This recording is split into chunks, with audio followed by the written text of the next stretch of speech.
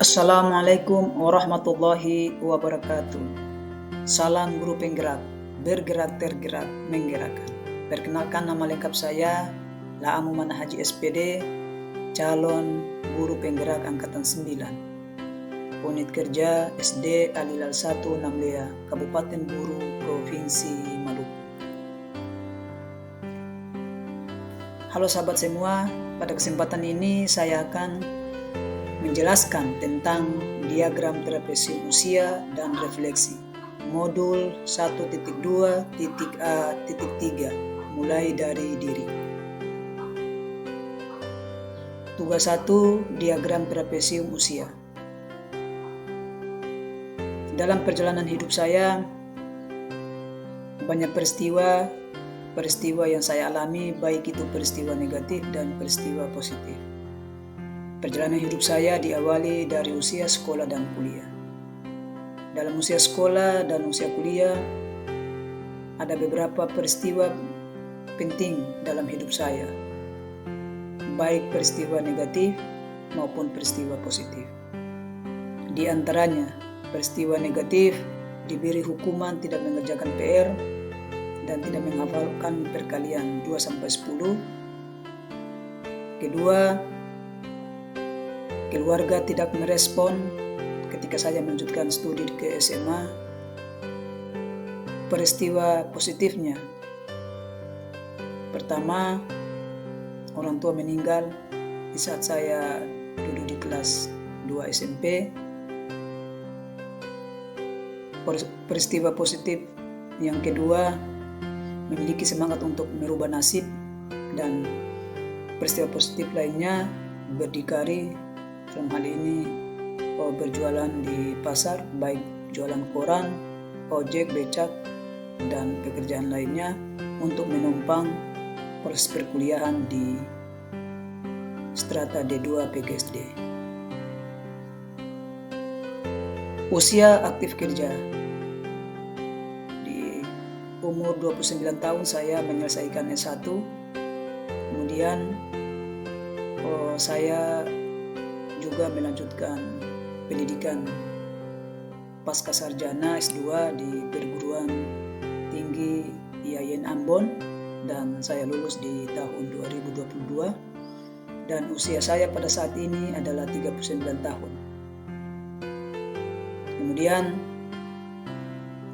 di masa usia pensiun di umur 60 tahun.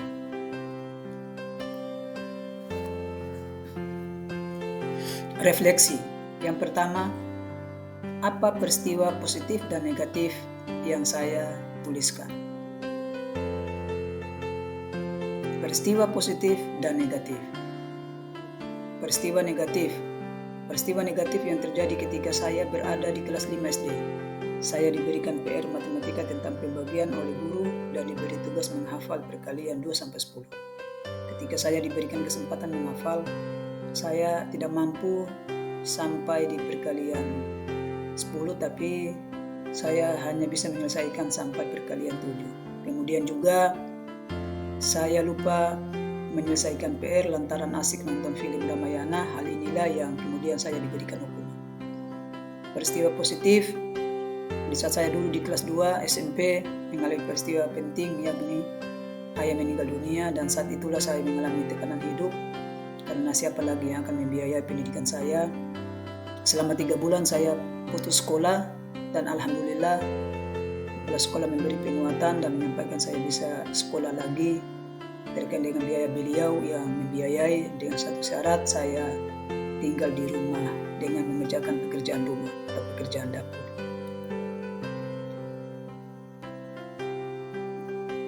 Kemudian peristiwa negatif lainnya di saat saya masuk di SMA, yaitu respon keluarga yang tidak mendukung, baik dari keluarga ayah dan ibu, disebabkan persoalan keuangan. Jangankan sekolah, makan sehari-hari aja kami susah. Kami terdiri dari 7 bersaudara, yang saya anak ketiga. Di saat saya melihat teman-teman seangkatan saya menyiapkan berkas untuk melanjutkan ke jenjang SMA, perasaan saya menyeliputi duka. Saya duduk menangis dan menangis. ingin sekolah tapi apalah daya, masalah keuangan yang menjadi penghalang. Di kampung tidak ada SMA, kami jika melanjutkan jenjang ke SMA itu harus ke Kecamatan Leihitu atau Kota Ambon. Kemudian peristiwa positif lainnya, walaupun saya terpuruk dengan keadaan ekonomi, semua saya ingin sekolah tak pernah kendor. Saya selalu berpegang pada firman Allah Subhanahu wa taala yang artinya sesungguhnya Allah tidak akan merubah keadaan suatu kaum sehingga mereka merubah keadaan yang ada pada diri mereka sendiri. Hal ini yang memberikan penguatan kepada saya sehingga saya putuskan untuk merantau ke Bacan atau Halmahera Selatan. Saya bergabung dengan kelompok-kelompok tani menanam berbagai sayuran untuk dijual, dan hasilnya saya pergunakan untuk biaya pendidikan SMA saya sampai selesai. Peristiwa positif dan negatif di saat saya kuliah diploma, peristiwa negatifnya adalah sebagian keluarga ayah dan ibu saya mencemoh dan merendahkan saya, bahkan menertawakan saya. Kenapa demikian? Karena di kalangan keluarga tidak ada pendidikan sampai kuliah, batas SMA, dan rata-rata mereka berpendidikan SD dan SMP bahkan tidak sekolah. Mereka melihat banyak anak yang punya orang tua diberikan kesempatan kuliah tidak sampai selesai dibandingkan saya yang tak punya ayah dan siapa yang akan menanggung biaya pendidikan. Dan ada sepupu dari ibu sampaikan tidak usah sekolah, Bapak Menteri sudah ada. Peristiwa positifnya, dari semua tekanan yang diberikan keluarga, saya jadikan spirit atau semangat bahwa saya ingin buktikan semua pandangan mereka keliru. Pekerjaan saya lakoni di Pasar Merdeka Ambon, yaitu jualan kertas, jualan ikan di pasar, jualan koran, ojek, ikut kerja tukang, kerja di kontainer pelabuhan, dan kerja serabut lainnya dengan harapan bisa menghasilkan uang. Namun pekerjaan ini tidak maksimal penghasilannya. Akhirnya saya meminta sahabat saya mengajarkan saya cara membawa becak. Selama 1 minggu saya belajar dan akhirnya saya beralih pekerjaan membawa becak untuk membiayai kuliah saya sampai selesai. Di samping kuliah, untuk menambah wawasan saya aktif di OKP, Ikatan Mahasiswa Muhammadiyah. Di internal kampus saya aktif menjadi pengurus LDK dan pengurus majelis ta'lim di program studi PGSD. Kemudian saya menjadi ketua kelas sampai wisuda tidak pernah diganti. Refleksi. 2, selain saya, siapa lagi yang terlibat dalam masing-masing peristiwa tersebut? Pihak yang terlibat pada peristiwa positif dan negatif yang terlibat adalah keluarga, ibu dan saudara kandung dan keluarga lainnya. Pihak sekolah, guru-guru yang membimbing dan menuntun saya, teman-teman juga berpengaruh besar dalam kehidupan saya. Teringat cerita ayah, dulu beliau memiliki keinginan untuk sekolah, tetapi keluarga tidak memiliki pembiayaan cukup, sehingga keinginan beliau adalah ingin melihat anak-anaknya sukses. Namun sebelum itu tercapai, ayah telah dulu meninggalkan dunia fana. Ibunda juga berpesan sampai hari ini masih membekas di telinga saya. Nak, ibu tidak akan memberikan apa-apa di saat kau menuntut ilmu, tetapi ketika dirantau orang, bawalah diri baik-baik. Barangnya orang tetaplah milik orang. Biar sedikit itu adalah hak dan jerih payahmu sendiri. Kedua, hargailah wanita karena engkau juga memiliki saudara perempuan yang perlu dijaga kehormatan dan nama baik keluarganya. Buktikan bahwa walaupun engkau tidak memiliki ayah, kamu bisa melanjutkan pendidikan dan bisa menjadi kebanggaan keluarga. Saya percaya bahwa kehidupan keluarga, lingkungan keluarga berpengaruh besar terhadap tumbuh kembang anak, terutama sikap dan perilaku karakter anak. Refleksi. 3. Dampak emosi apa saja yang saya rasakan hingga sekarang.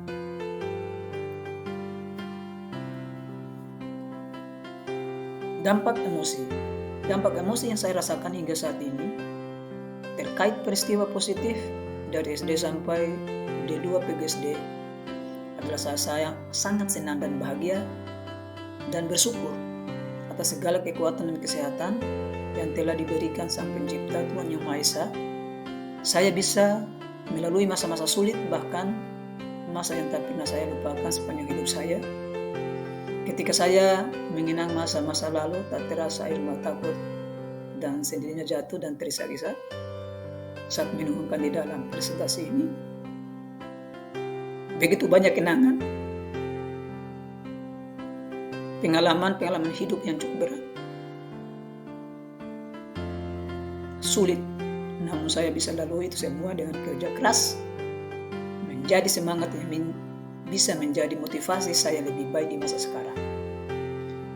Dampak emosi yang saya rasakan saat ini terkait peristiwa negatif yang saya alami, saya sangat menyesal dan menyadari bahwa perbuatan yang saya lakukan tidak mengerjakan PR dan tidak bisa menghafal perkalian 2-10, menandakan saya gagal dan tidak menjaga kepercayaan dan tanggung jawab guru kepada saya.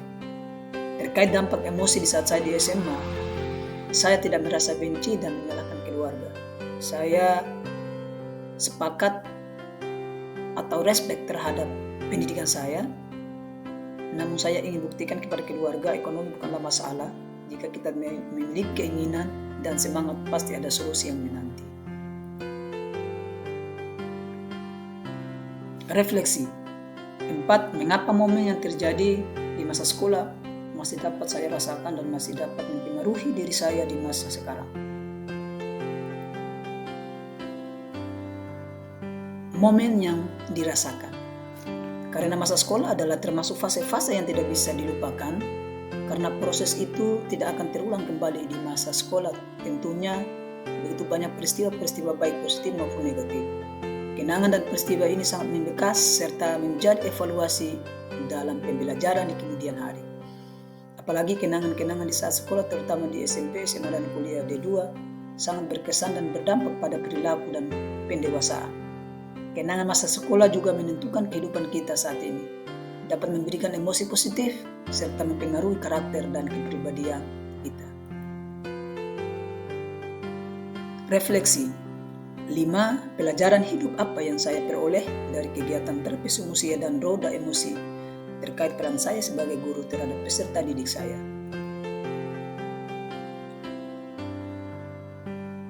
Permasalahan.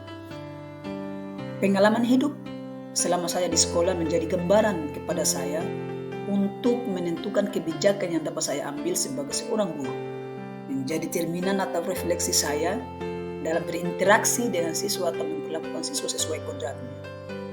Peristiwa negatif yang saya alami agar tidak terulang terjadi kepada siswa, sedangkan peristiwa yang positif bisa menjadikan contoh untuk dijadikan motivasi atau evaluasi buat peserta didik dalam pembelajaran. Dan pesan saya, buatlah kesan yang baik dan positif kepada peserta didik, baik dalam pembelajaran dan interaksi lainnya, sehingga dikenang sepanjang hidupnya, sebagaimana termaktub dalam Undang-Undang Dasar 1945. Refleksi. Bagaimana saya menuliskan nilai-nilai yang saya yakini sebagai seorang guru dalam 1 atau 2 kalimat menggunakan kata-kata guru, murid, belajar, makna, peran. Nilai-nilai. Seorang guru harus memiliki nilai-nilai sesuai perannya, yaitu berpihak pada murid, kolaboratif, reflektif, mandiri, inovatif, kreatif, dan adaptif. Peran guru ialah menuntun peserta didik dalam pembelajaran sesuai kodratnya untuk mendapatkan kebahagiaan yang setinggi-tingginya. Tugas 2. Nilai dan peran guru penggerak menurut saya. Apa nilai-nilai dalam diri saya yang membantu saya menggerakkan murid, rekan guru, dan komunitas sekolah saya? Nilai-nilai yang ada dalam diri saya untuk menggerakkan murid, rekan guru, dan komunitas sekolah saya adalah menuntun, kolaboratif, mandiri, kreatif, dan inovatif.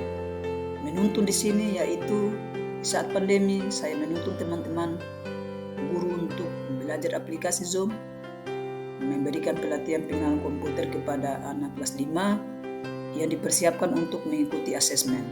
Kolaborasi yang saya bersama rekan-rekan guru dalam KKG dan kegiatan di sekolah lainnya. Sikap mandiri yang sudah saya terapkan sejak SMP, kreatif, yakni pembelajaran sudah saya gunakan dengan menggunakan IT. Inovasi yakni pembelajaran dan evaluasi juga sudah menggunakan Google Form dalam membangun komunikasi yang santun, kolaborasi, serta kerjasama dengan rekan guru, atasan, komite, dan siswa, serta orang tua wali murid. 2. Apa peran yang selama ini saya mainkan dalam menggerakkan murid, rekan guru, dan komunitas sekolah saya? Peran saya dalam menggerakkan siswa yakni menjadi pendidik yang dapat membimbing, mengarahkan, memotivasi, memberi penguatan sehingga dapat menciptakan suasana yang positif, nyaman, bermakna, dan menyenangkan. Peran saya dalam menggerakkan guru komunitas yakni berbagi pengalaman, pengetahuan, berkolaborasi dengan rekan sejawat, menjadi coach, mentor, berbagi pengalaman ketika mendapatkan pengalaman baru dari mengikuti BIMTEK atau workshop atau pelatihan lainnya yang saya ikuti.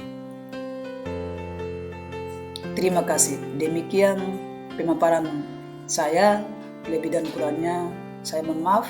Wassalamualaikum warahmatullahi wabarakatuh.